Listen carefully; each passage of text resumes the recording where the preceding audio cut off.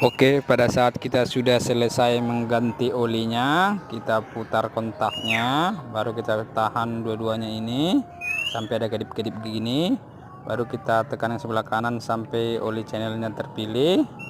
Baru kita pencet yang di sebelah kiri untuk memilih berapa kilometer entar oli berubah. Jadi kalau saya pilih yang 2000 km ya, baru entar ada tulisan oli channelnya.